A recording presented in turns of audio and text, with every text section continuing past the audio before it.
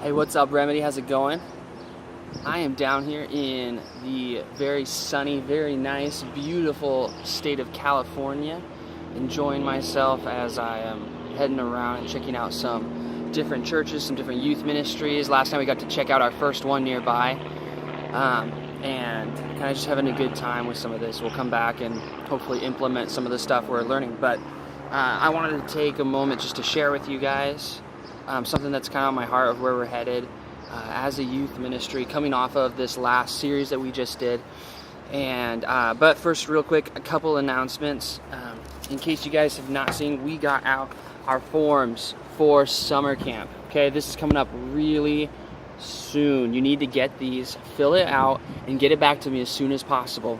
We have 20 spots available right now, and when those 20 are full, we cannot take any more. We only have limited space this year, so please get this, fill it out, and then turn it in.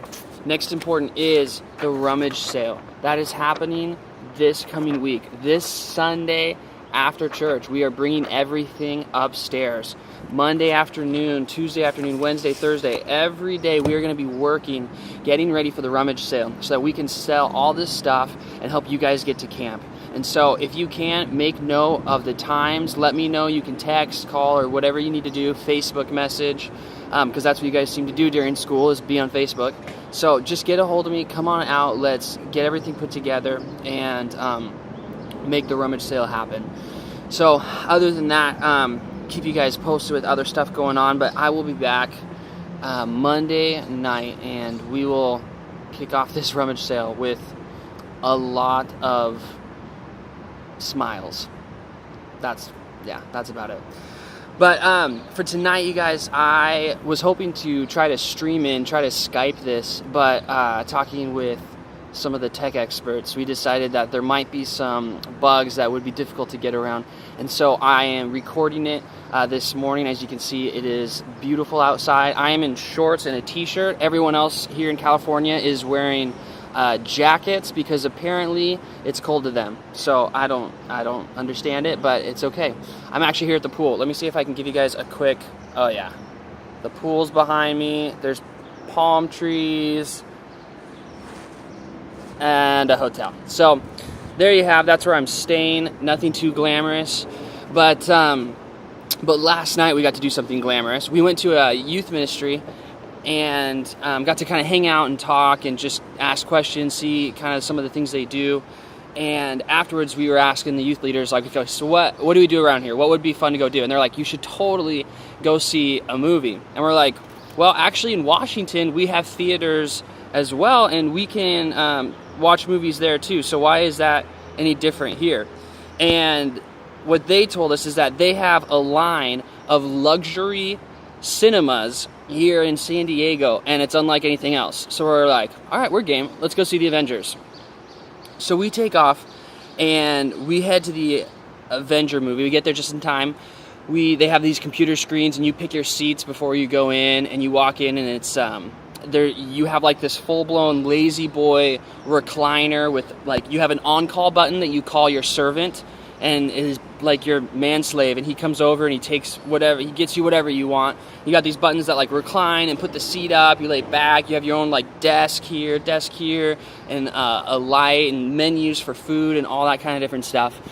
And so the movie begins, and I click my call button, and the guy comes over and he's like, hey sir, how's it going? What do you want? And so I told him I'd like to get some burgers, sliders, kind of whatever you got.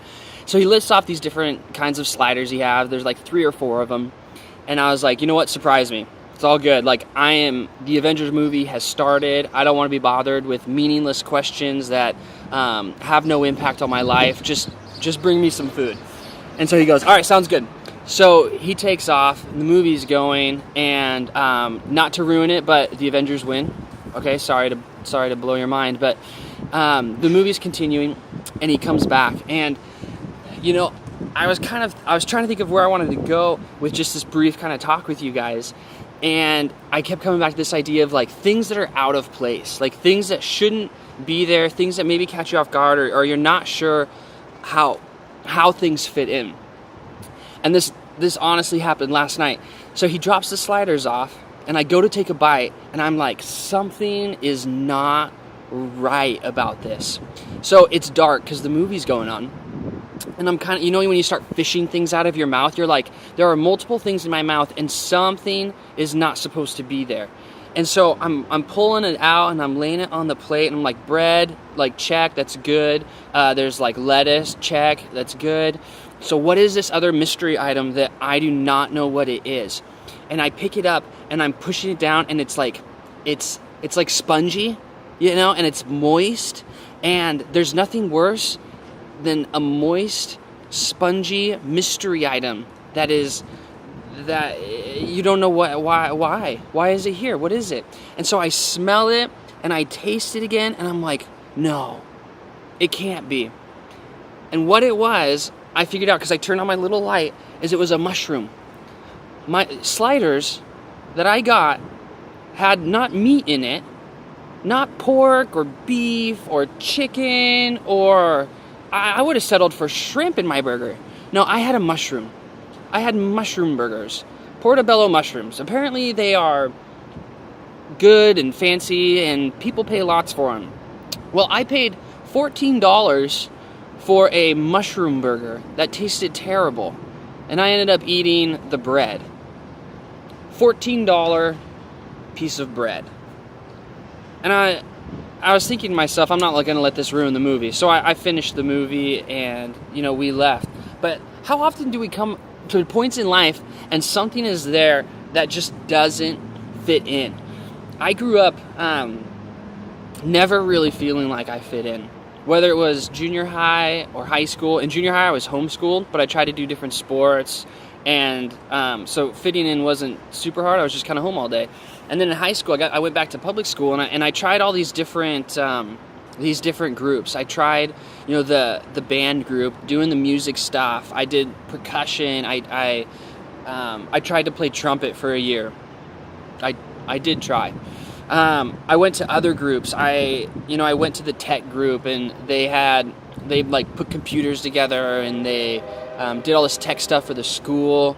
And, that just wasn't really working out for me. So then I went to, kind of sports, and I tried the sports group, and I played soccer and I enjoyed that.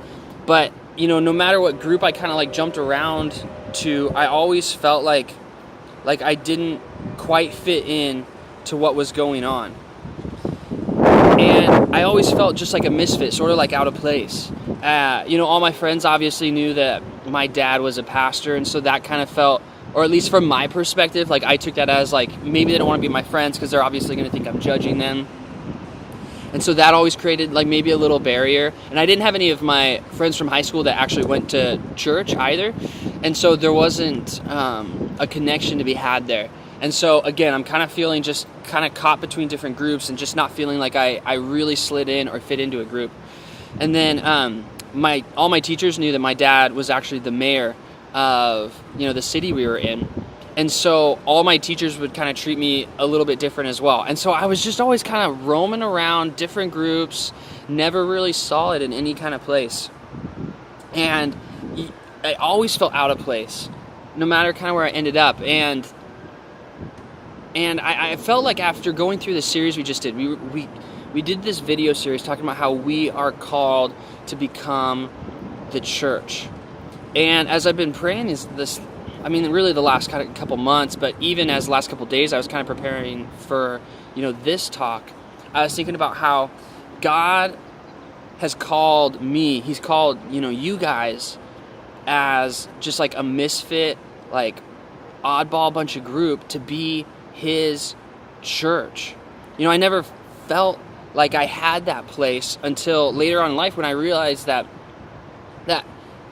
we all kind of roam around and we have these times where we just don't feel like we fit in. We feel like our friends are against us, or we feel like we don't have the same hobbies or interests, so we can't go with, hang out with this crew or be friends with these kind of people.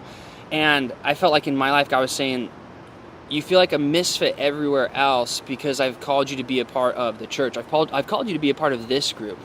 And I've just felt like God is saying, we are the church of misfits. We're a bunch of students, of leaders that have so many different backgrounds, come from so many different areas, and we're just this misfit, oddball crew, and yet we've been called to be the remedy in our community. And I was even talking to the youth pastor that I was with last night, and I was saying, I was just bragging about, our youth leadership team, and I was like, we have the most diverse, oddball, group that's come together, but they're so passionate about, helping the young people, and they just love the students, and they're on top of it, and they just take care of all these things. I'm not worried about anything. I've been gone for, 2 different Thursday nights now over the last month, and not even worried about it because I know they got it covered. Yet, you guys are in every different background, and you've got, Navy, or you work at a bank, or electrical work, or Luke's a masseuse, or, you guys are fitting all these different things, and yet we all come together as the church. We're just a misfit, oddball crew, but God says, I'm gonna use you. And I felt like that is our group. And that's who God's called us to be. And when I go to the Bible, I actually get a lot of comfort from that because I go to the story of Jesus, which we often do. But more importantly, I go to the people that were around Jesus, because that's who we are like. And when you look at these people that were called the disciples, Jesus chose 12 of them specifically by name that followed him and carried out his mission to a greater degree than some of the others that were there. And he didn't just pull, for instance, all the band kids, pull them in, or all the tech guys, or all the AP super smart people, or all the sports guys. He didn't just go to one crew and be like, okay, well, I fit in here, so I'm going to grab these people. No, he grabbed the most oddball, misfit crew you could ever imagine. Now we can look at the whole story and we can say, oh my goodness, how did this all work out? God did incredible things in these guys' lives, and they started the church, and just it spread like wildfire.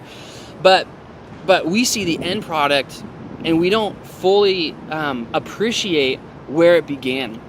Because you see, back in these days, the people called the Pharisees, which ended up getting in some arguments and, some difficult situations with Jesus, they were the guys that actually knew the most of the Old Testament. They were the religious leaders that they were supposed to be the ones carrying out God's mission on earth. And they are the ones that should have been picked. Those are technically the guys that Jesus should have gone to. If he's going to start a crew of people that know God, know the Bible, well, that's your crew. But instead, he goes out and he starts grabbing all these random guys, these misfit crew from all over the place. And you've got Peter, who's the fisherman, and he's this super zealous guy that's just really passionate. He talks before he thinks. He leaps into things. And he's the guy that Jesus said, you're going to be my rock. You're going to be the pillar and start this church. And then you have guys like John. And John is really meditative. He's slow to speak. He's really thoughtful. He thinks through things before he really takes action. And Peter and John are in Jesus' tight-knit crew. Peter, James, and John were the 3 that were closer than even the other 12. And so even in that inner 3, Peter and John are complete opposites. Peter and John would not meet on the streets and be like, dude, we should be friends. Let's hang out and go play ping pong. They would not do that because they are very different kind of people.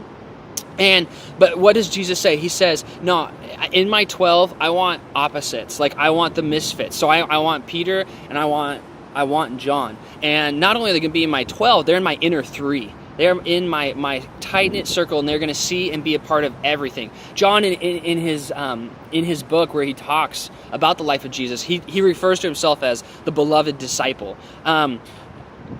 If we're going to name ourselves and give ourselves credit, that's pretty good, right? I'm going to write a book, and I'm going to call myself the beloved of Jesus. And they have these titles because they're so close to Jesus, but yet they themselves are so different.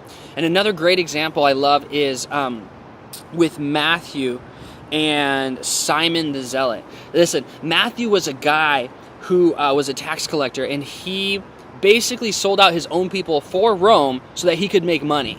Not somebody that you would Like if you grew up with them, you would think this guy is a complete jerk, because basically he sold out your people so that he could just make more money and get a higher rank, a higher position. And so Matthew is in that kind of category, and yet Jesus calls out and says, I want you on the team. Okay, but then you have Simon the Zealot. Zealots were a group of people that we would call like fanatics, or they were just a little overboard, you could say. They had some beliefs that not necessarily always lined up with what Jesus taught.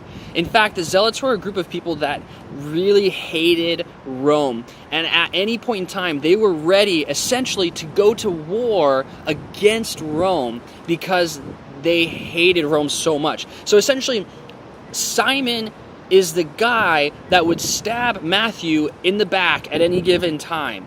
And yet these two guys are both on the team with Jesus. They're a part of the 12. And yet in real life, they would hate each other. And yet when we read the Gospels, there are very limited times where the disciples, it does say they argued and they had confrontation, but there were never these moments where they just like hated each other and just broke ranks and you know, all this chaos. There was never that moment, because Jesus knew how to bring a group of people together, no matter how different they were. He brought them together for his call and his mission. And for us as the Remedy, you know, when I look around, I love the Remedy and I love you guys, our students and our leaders, because that's what we are. We're just this misfit, oddball group. You know, some of you guys are into sports and art and band and like literally everything. We have pockets of you guys that are just passionate about any little thing, and yet we all come together as the Remedy because God wants to use us, and Jesus is calling us on his mission to be his church to our community. And I want people in our community to, when they see the Remedy, it's a place that the misfits gather, and it's okay to hang out, and we're all different. And they can look at it and they can say, just like when people looked at Jesus' 12 disciples, they would have said, how does that group of people do anything?